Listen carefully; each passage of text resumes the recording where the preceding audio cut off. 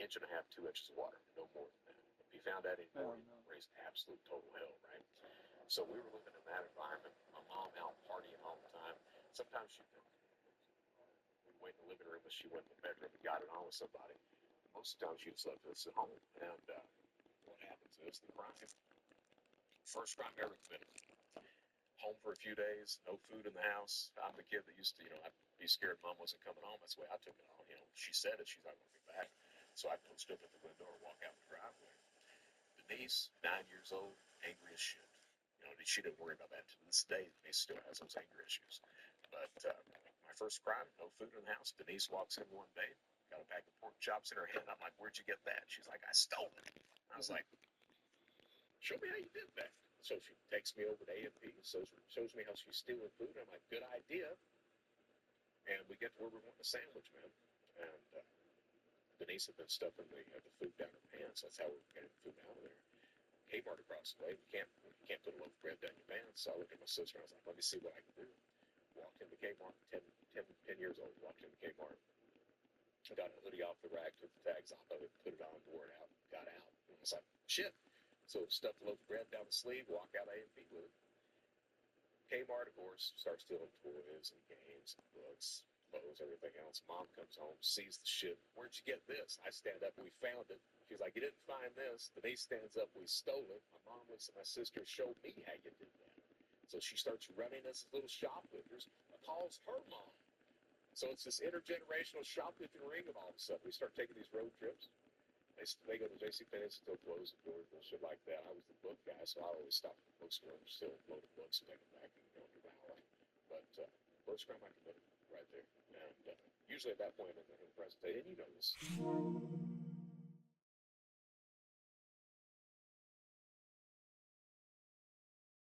When you're a kid, you can't help what the adults in your circle do. You're going to do the shit they do. Yeah. But when I became that adult, I chose to do that. Yeah. But I had that path laid for me. My sister, other than that shoplifting, she's fine. Anger issues, I'll ask. But Denise is a parent. She's a teacher. She works hard every day, doesn't break the law or anything else. I was the guy that just kept on going. And so that's the first crime I committed right there. I found out quickly that not only my mom, but everyone on that side of the family were criminals. So the whole ring of whole damn thing. So I grew up, man, doing insurance fraud, faking accidents, burning cars for cash, burning homes, making accidents as well, trafficking drugs, growing pot, illegally strip mining coal. I was on the Lex Friedman show. He got a kick out of that bullshit.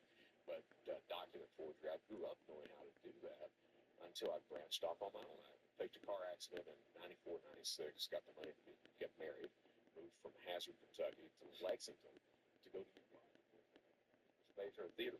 Do you have a job in turning any of this stuff, or is it just one lick's carrying you on to the next one? So that's a good question. The first job I had, my stepfather, my mom gets remarried. My stepfather, he was a coal miner. She talks him into quitting his job, going into the coal business. And that's where the illegal strip mining comes in. He couldn't afford to get the permits, the 2-acre permits. So he does what's called wildcatting. That's where you just go in and take the coal out. You don't worry about reclaiming the land or anything else. And that's how you make money. A lot of people do that in that area.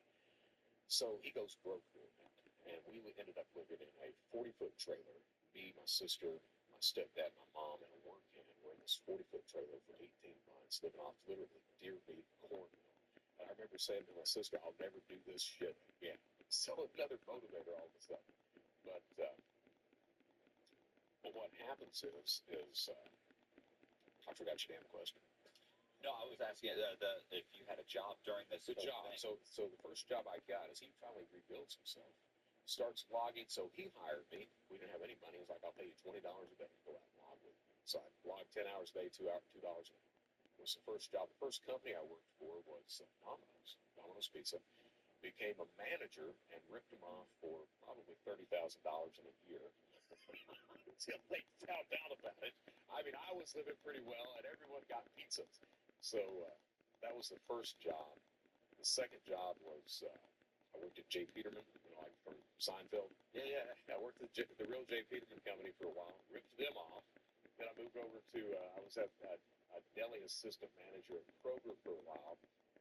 Didn't rip them off because that was a corporation. They'd found that out. But I did eat well from the deli. Then I went over to, there's a place called the Lexington Diners Club. Gave you this discount. They sold telemarketing, this discount card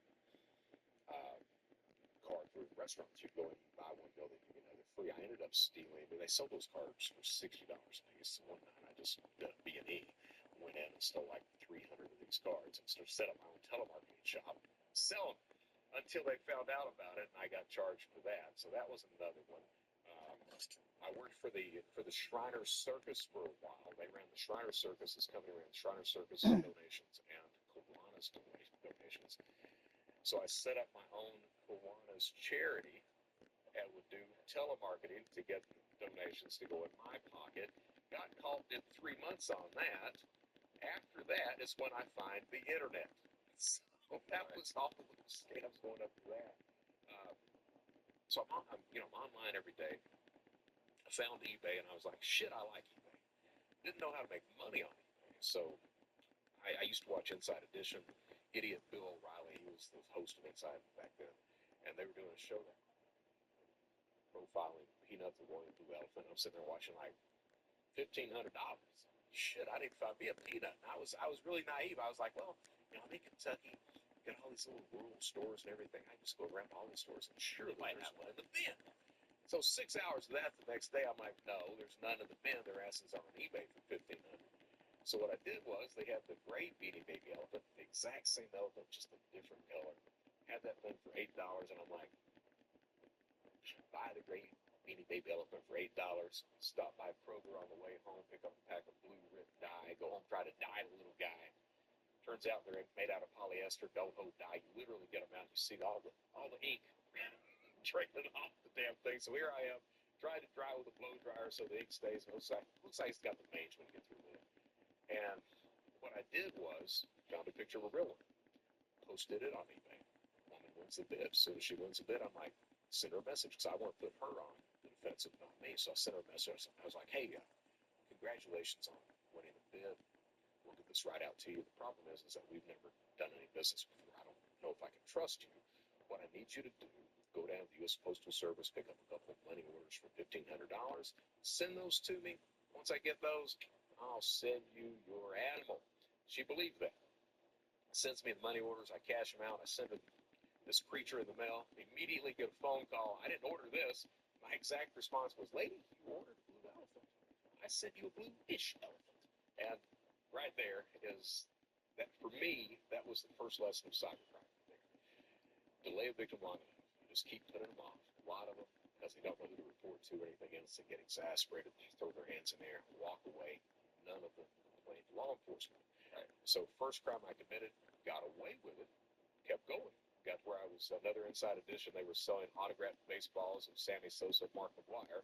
So I was watching that and I was like, shit, I can do autographed baseballs. Go down to the Academy the next day, buy a case of baseballs, stop by that same Kroger, pick up a Sharpie, go home, start trying to sign it. And I was like, shit, that doesn't look anything like their signature. So then I was like, well, they're signing an at the field certificate of authenticity. So I printed my own certificate of authenticities, sold them all $60 a piece. About 3 weeks later, knock at the door, bam, bam, bam. You know that cop knock, bam, bam, bam. I was like, I was married at the time, and I need it's for you. Yeah, my wife, she's just looking at me because she knows what that knock is too. You've never heard it before, but you know. Yeah, okay. Or they hang out with you long enough, they get to know. They get to know at that point. I opened the door, and the cop's name, he was Sergeant Pat Tingle from the Fayette County Sheriff's Office. I opened the door, he's there with a detective. He's like, are you Brett Johnson? I'm like, yeah. He's like, can we come in and talk to you about some baseballs? I was like, sure, come on in. So my wife, Susan, she's just looking at me. She stands up at this point. She doesn't even look at them. She's just looking dead at me. So they're like, autographed baseball. Sosa and Mark McGwire. Yep. Where'd you get them? Bought them off eBay. With certificates of authenticity. Yep. Off eBay. Yep. Mr. Johnson, we've got a sample of their signatures down at the